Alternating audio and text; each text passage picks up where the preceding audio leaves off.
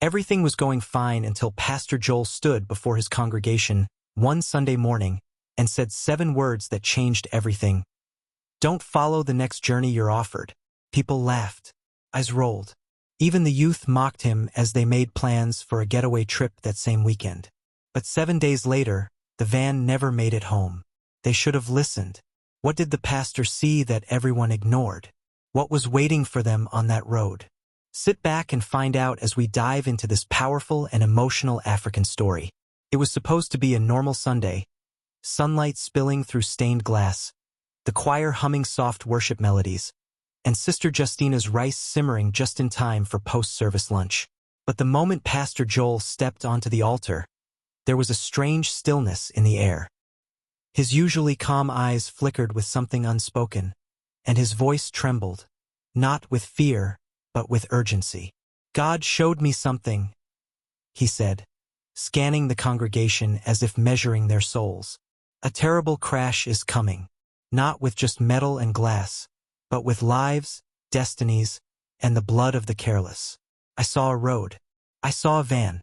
I saw fire and screams. Be careful who you follow in the next 7 days. Not all journeys are meant to begin." Murmurs rose like smoke from a small fire. People glanced at one another, some chuckling under their breath. It was no secret that Pastor Joel had a reputation for dramatic prophecies. Last time, he had predicted a goat would walk into the church during midweek service.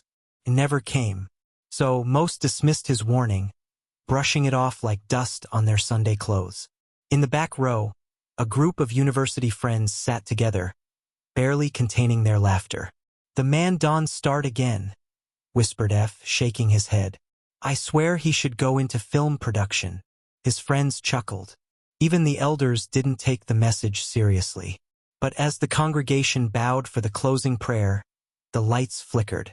The church's massive ceiling fan spun once, then stopped. Pastor Joel lifted his head slowly, eyes wide open. 7 days, he whispered again. "And it begins." Nobody noticed how the wind outside had changed. Nobody saw the shadow that passed just beyond the open window. And certainly nobody knew that this time he wasn't wrong. By Tuesday morning, the warning was already forgotten. Campus life buzzed with the energy of exams ending and semester break looming. The same group of friends from the back row, F, Boma, Ao, and Linda, sat under the mango tree near the faculty building, sharing suya and debating their next move. "Guy, we need to blow off steam this weekend," Boma said, tossing a toothpick into the grass. "Let's go on a trip. No books, no stress, just vibes." Linda clapped her hands in excitement. "Yes, my cousin has a lodge in Okade Hills. It's private, peaceful, and perfect. We'll go Friday morning, come back Sunday night." Ao raised a brow. "We just pack and go? No plan."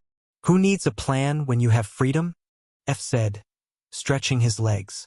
"Come on, we deserve this." That night, the group chat buzzed with plans: food, music, games. Nobody brought up the pastor's warning. Not even once. Friday morning arrived like a burst of freedom. F borrowed his father's van, and the group of 4 packed it with coolers, snacks, mats, a Bluetooth speaker, and their overnight bags. The sky was clear, the air warm, and the playlist was fire. "Road trip vibes only," Linda shouted as she turned up the music. They sang along to Afrobeat hits, recorded silly TikToks, and stopped halfway to buy roasted corn and coconut water. Everything felt perfect. Pastor Joel's warning was the last thing on their minds.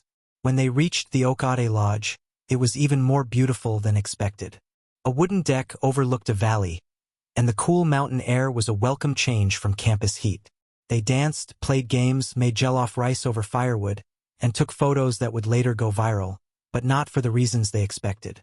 That night, they watched the stars and spoke about life. "This is what peace feels like," Boma whispered. And it was, until it wasn't.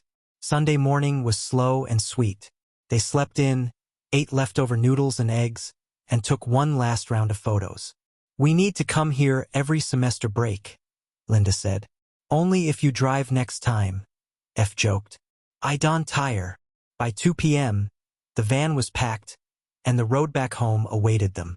They waved goodbye to the hills, laughing as Boma danced one last time for the camera.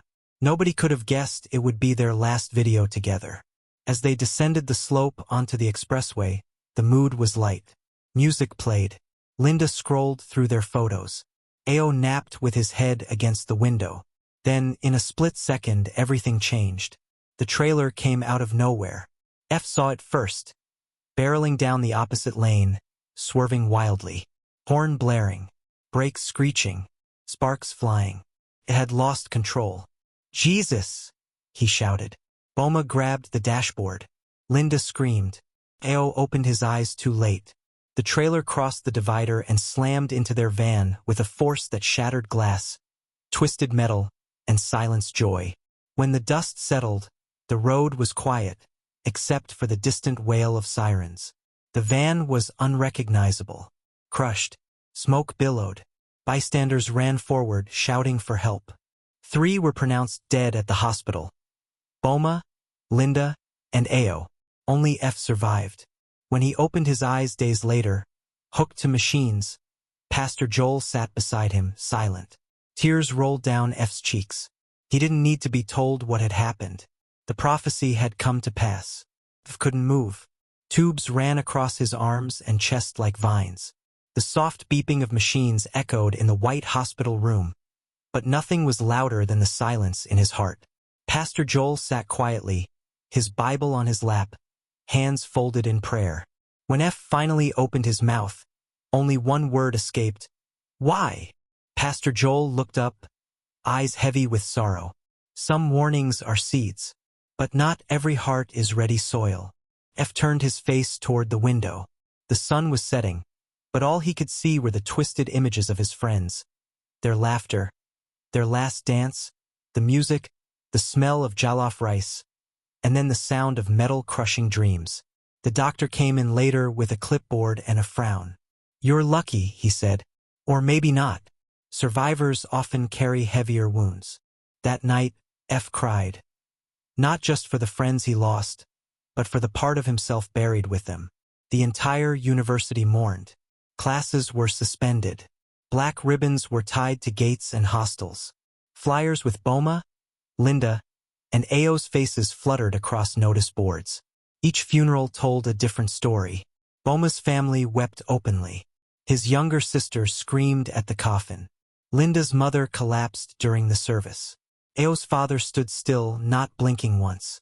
F sat in a wheelchair, heavily bandaged. His presence was met with love, suspicion, and 1,000 unasked questions. Why him? Why only him? At the third funeral, someone whispered, "Didn't Pastor Joel say something about a journey?" Another answered, "Yes, but no one took him seriously." F didn't speak. He couldn't. But his silence spoke louder than the prayers that filled the air.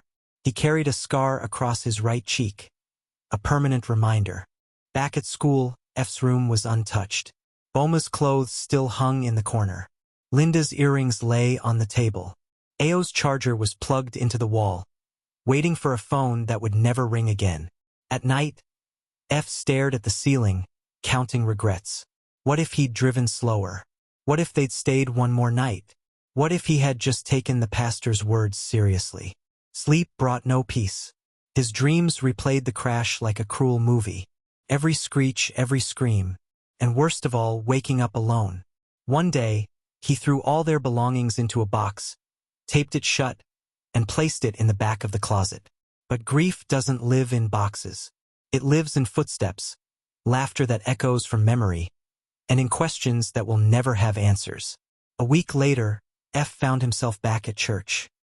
He sat at the far end, alone, hoping not to be seen. But Pastor Joel noticed. After the service, the pastor approached quietly. "You came."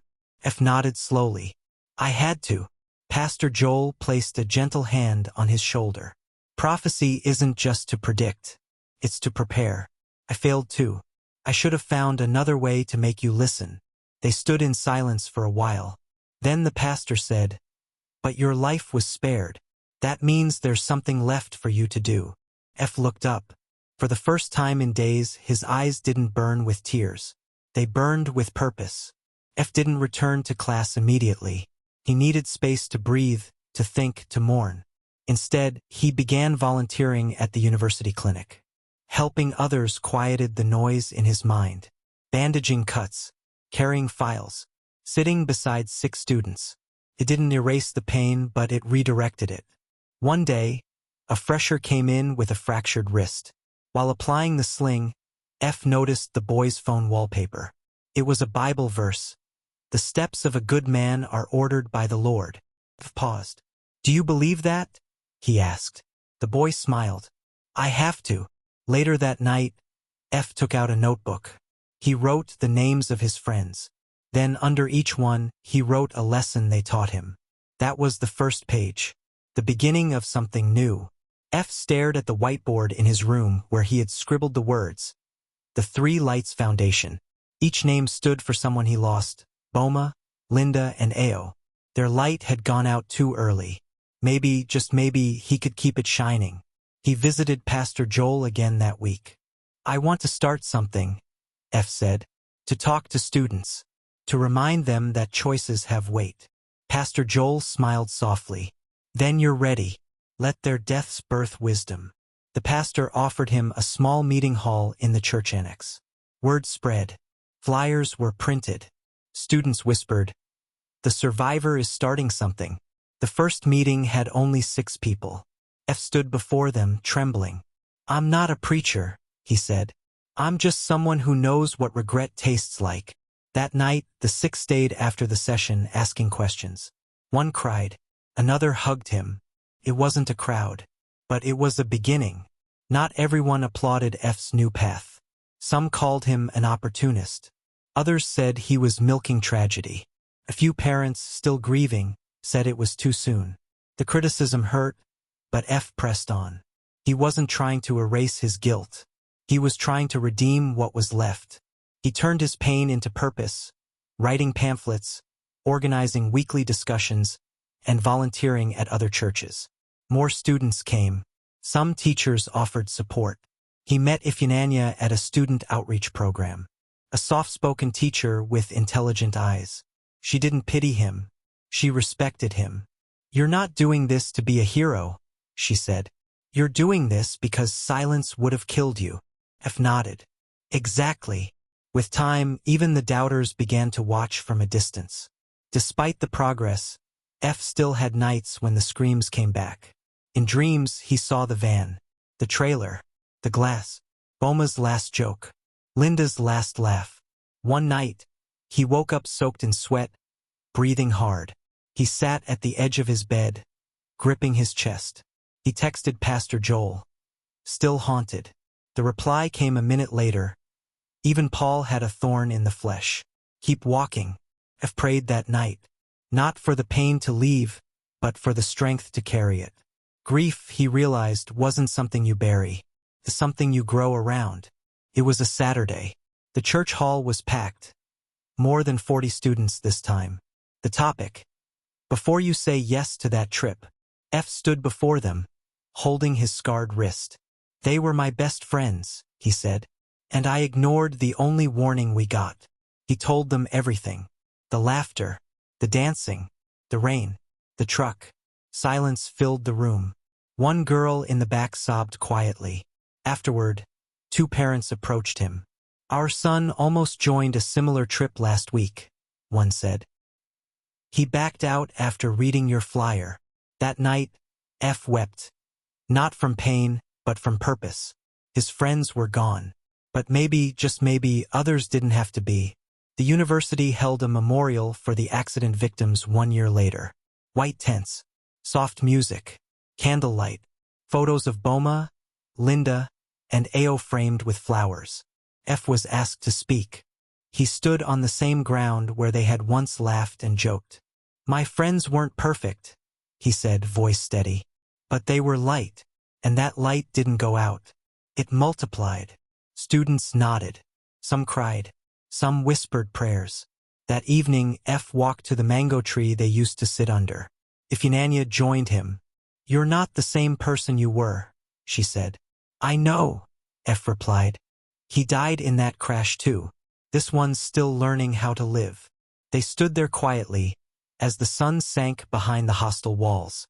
The journey had begun again, but this time with purpose. One evening, F found an old journal from Boma's backpack. Hidden between the pages was a folded sheet labeled, "For the future." It wasn't much, just scribbles of goals: get a tech job, buy mama a fridge, travel outside Nigeria.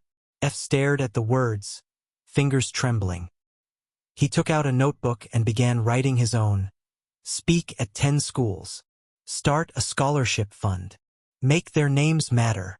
He named it the 3 Dreams Journal, a tribute to the lives that never got to bloom. He read from it at the next seminar. This was Boma's list, he said.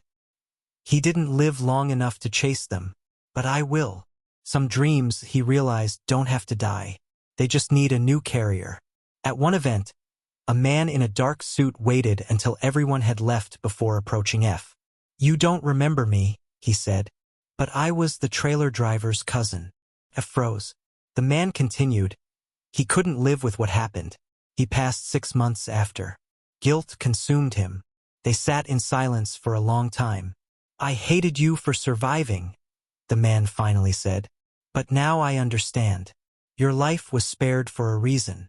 That day, pain met forgiveness. Not in words, but in shared tears and a quiet handshake. Sometimes, healing comes from the most unexpected places. The local government recognized F's outreach. At a small civic center ceremony, he was handed a certificate for Outstanding Youth Impact. He accepted it humbly, holding up the paper. This isn't for me, he said. It's for the ones who didn't come back. That night, at home, he placed the award beside a candle and prayed aloud. Lord, let their light keep shining through me. And as the flame flickered, he felt something lift, like grief folding into gratitude. F's parents had carried their own pain in silence. When he first came back from the hospital, they barely spoke, afraid to say the wrong thing. But after the award, his mother hugged him tightly. We thought we lost you too, she whispered. His father, a man of few words, simply placed a hand on his shoulder. That one gesture said everything. They cooked a small Thanksgiving meal. Laughter returned to their home. Soft, cautious, but real. Grief had lived there. Now hope was finding space. F hadn't traveled since the accident. But one day, a secondary school in a nearby town invited him to speak. He almost declined. Then he stood before the same van, repaired, repainted, new. His hands shook as he opened the door. His chest tightened as the engine started.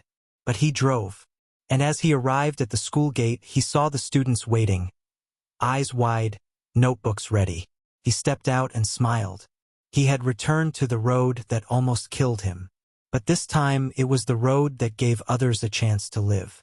Months after the accident, F returned to Okade. The lodge had been closed down, the once vibrant area now overgrown with grass. He walked to the hill where they had taken their last group photo. He sat with a candle, lit it, and placed it on a rock. I'm still here, he whispered. I'm doing what we never finished. The wind picked up gently as though answering. He smiled, wiped his eyes, and promised aloud, as long as I breathe, your stories will never die. He took one final look at the valley below. Then he walked away. The University Student Union reached out to F. They wanted him to be a keynote speaker at the annual Youth Development Conference. The auditorium was packed. Students, professors, journalists, everyone came. He stood at the podium, heart pounding. Exactly 1 year ago, I was in a hospital bed, wondering why I survived. Today, I know why. He shared their story without shame, without filters. The room was silent. When he finished, the applause didn't stop for minutes. For the first time, his past didn't feel like a burden. Felt like a message. A major NGO declined F's proposal for funding. Their reason? Not enough social media traction. It stung. But instead of quitting, he wrote a long post on Facebook, sharing the real impact the foundation had made. That post went viral. 2 weeks later, another foundation reached out, offering triple the funding plus a monthly platform to share his work. Sometimes, rejection is just redirection dressed in disguise. On the anniversary of the accident, F organized an event, the Three Lights Remembrance Day. Students lit candles. Choirs sang.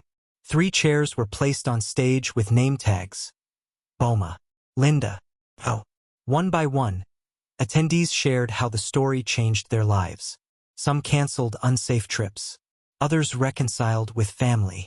F stood at the end, looking at the crowd. They're not just names. They were my people. And through you, they live on. The lights dimmed, and for one long moment, there was silence. Not of mourning, but of honor. After a small seminar, a young girl approached F. She couldn't have been more than 16. "Do you ever wish it was you instead?" she asked. F looked into her eyes and nodded slowly. "Every day. But wishing doesn't change the past. Living changes the future." She smiled. "Thank you. My brother died in a crash too. I haven't talked about it till now." They sat for a while. No preaching, just presence. Sometimes healing isn't loud. It's a quiet space shared between 2 broken hearts trying to breathe again. F's mother visited him on campus without notice. She brought food, a blanket, and a soft smile. "I just wanted to see where you've been turning pain into purpose," she said. They walked through the center. Volunteers greeted her warmly. Photos of students, testimonials, and flyers for the next seminar covered the walls. "I'm proud of you," she whispered. "Your father would be too." F looked down. "I hope I'm making the right impact." She held his face. "You are not fixing the world, but you're giving people something most don't get after tragedy, a reason to hope." Later that month, F received a handwritten letter. It was from Linda's younger brother. It read, "I hated you for surviving. I blamed you, but then I saw how you kept her memory alive. I'm no longer angry. Thank you for not letting her story end at the crash." F wept quietly. Healing doesn't always come with trumpets. Sometimes it arrives in paper and ink. He wrote back, "She was the glue in our group, and she still is." One evening, F and Ifunanya walked through the campus gardens. The sunset cast golden hues across their path. "What would you have done if the accident never happened?" she asked. He paused. "Probably graduate with good grades, chase money, live life without ever understanding how fragile everything is." She nodded. "And now I want to be someone who reminds others to live wisely." They walked in silence, hands brushing occasionally. Not lovers yet, but companions of purpose.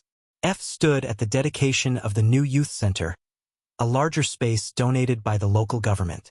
He unveiled the plaque, the 3 Lights Youth Center, in memory of Boma, Linda, and Ao. Volunteers cheered. The mayor gave a speech. Pastor Joel offered a blessing. F stood back and watched students pouring in, some laughing, some curious. He felt peace. Not because the pain was gone, but because something beautiful had grown from it. 1 year to the day, F returned to the church where it all began. He sat in the same seat he once mocked Pastor Joel from. Now he bowed his head in silent prayer. After the service, the pastor approached him. "So, F, how was the journey?" F smiled.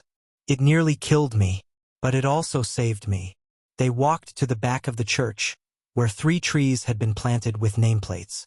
He knelt, touched the soil, and whispered, "We made it, because some stories don't end in the crash. They begin there,